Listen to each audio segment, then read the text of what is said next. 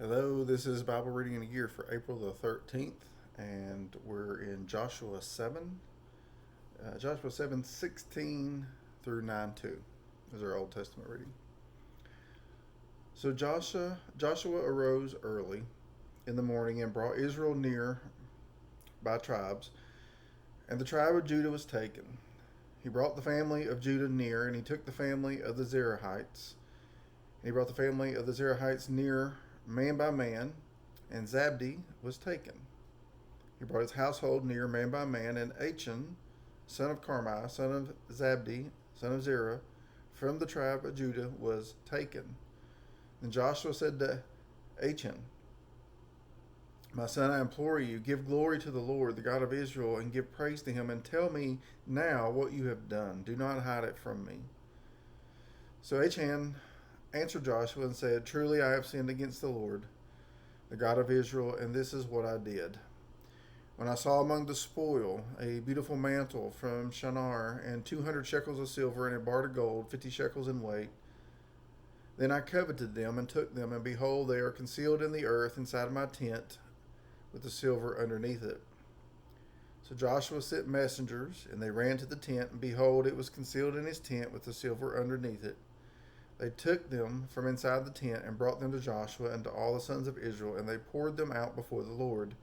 Then Joshua and all of Israel with him took Achan, the son of Zerah, the silver, the mantle, the bar of gold, his sons, his daughters, his oxen, his donkey, his sheep, his tent, and all that belonged to him, and they brought them up to the valley of Achor.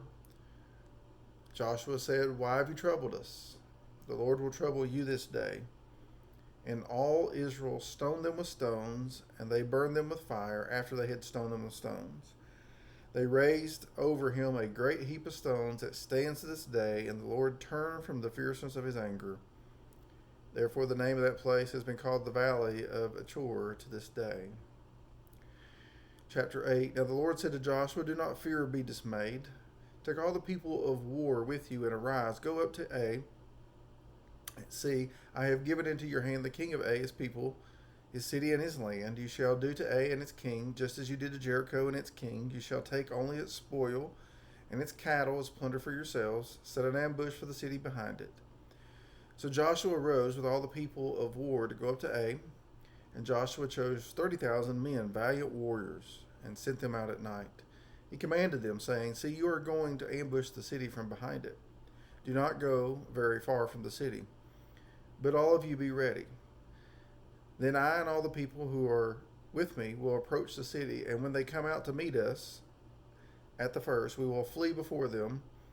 They will come out after us until we have drawn them away from the city, for they will say, 'They are fleeing before us as the first.' So we will flee before them. And you shall arise from your ambush and take possession of the city, for the Lord your God will deliver it into your hand.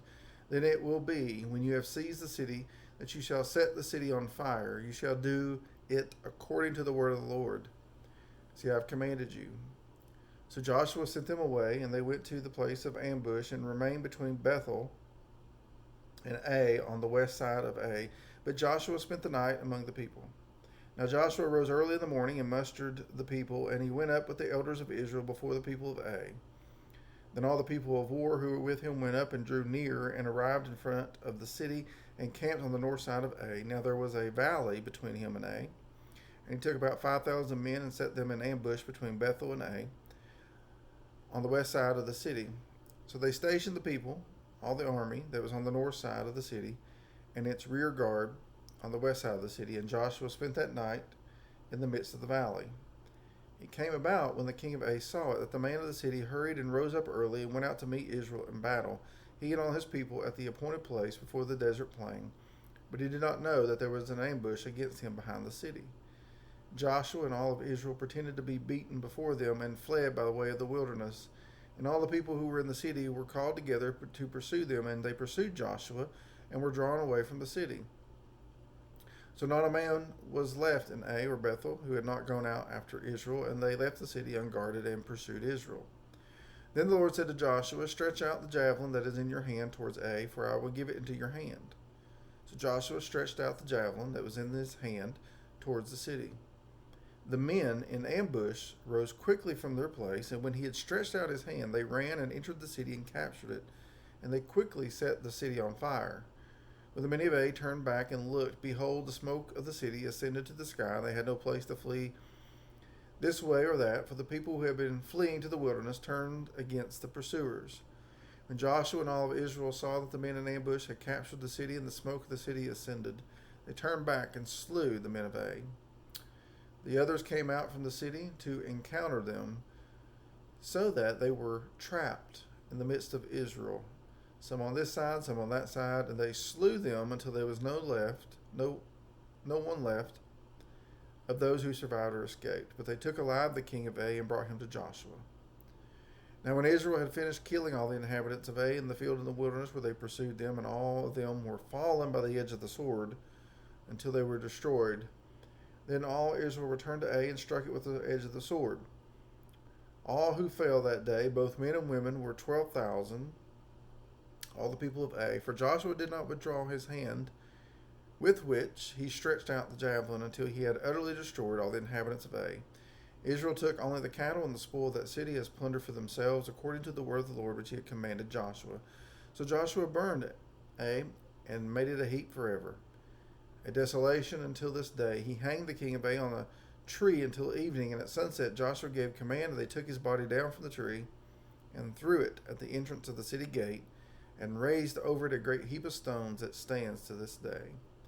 Then Joshua built an altar to the Lord, the God of Israel, in Mount Ebal, just as Moses, the servant of the Lord, had commanded the sons of Israel, as is written in the book of the law of Moses, an altar of uncut stones in which no man has wielded an iron tool, and they offer burnt offerings on it to the Lord and sacrifice peace offerings.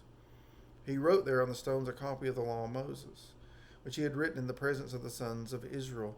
All Israel with their elders and officers and their judges were standing on both sides of the ark before the Levitical priests who carried the ark of the covenant of the Lord, the stranger as well as the native. Half of them stood in front of Mount Gerizim, and half of them in front of Mount Ebal, just as Moses, the son of the Lord, had given command at first to bless the people of Israel. Then afterward he read all the words of the law, the blessing, the curse, according to all that was written in the book of the law. There was not a word of all that Moses had commanded which Joshua did not read before all the assembly of Israel, with the women and the little ones and the strangers who were living among them.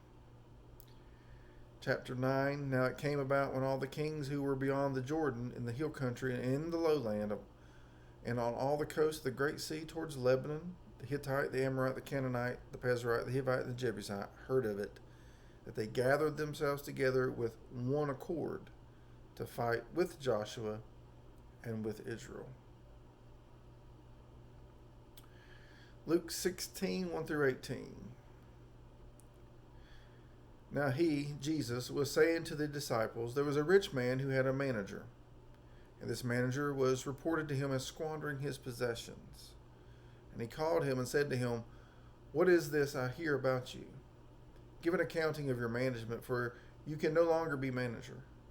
The manager said to himself, what shall I do, since my master is taking the management away from me? I am not strong enough to dig. I'm ashamed to beg. I know what I shall do, so that when I am removed from the management, people will welcome me into their homes. And he summoned each one of his master's debtors. And he began saying to the first, how much do you owe my master? And he said, 100 measures of oil. And he said to him, take your bill and sit down quietly and write 50. Then he said to another, how much do you owe? And he said, 100 measures of wheat. He said to him, take your bill and write 80. And his master praised the unrighteous manager because he had acted shrewdly.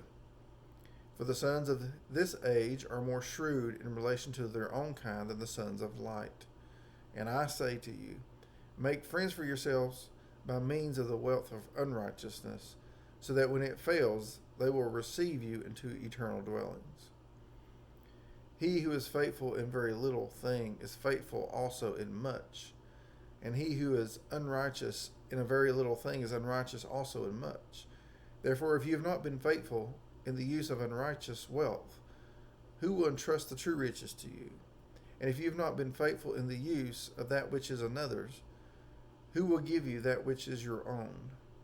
No servant can serve two masters, for either he will hate the one and love the other, or else he will be devoted to one and despise the other.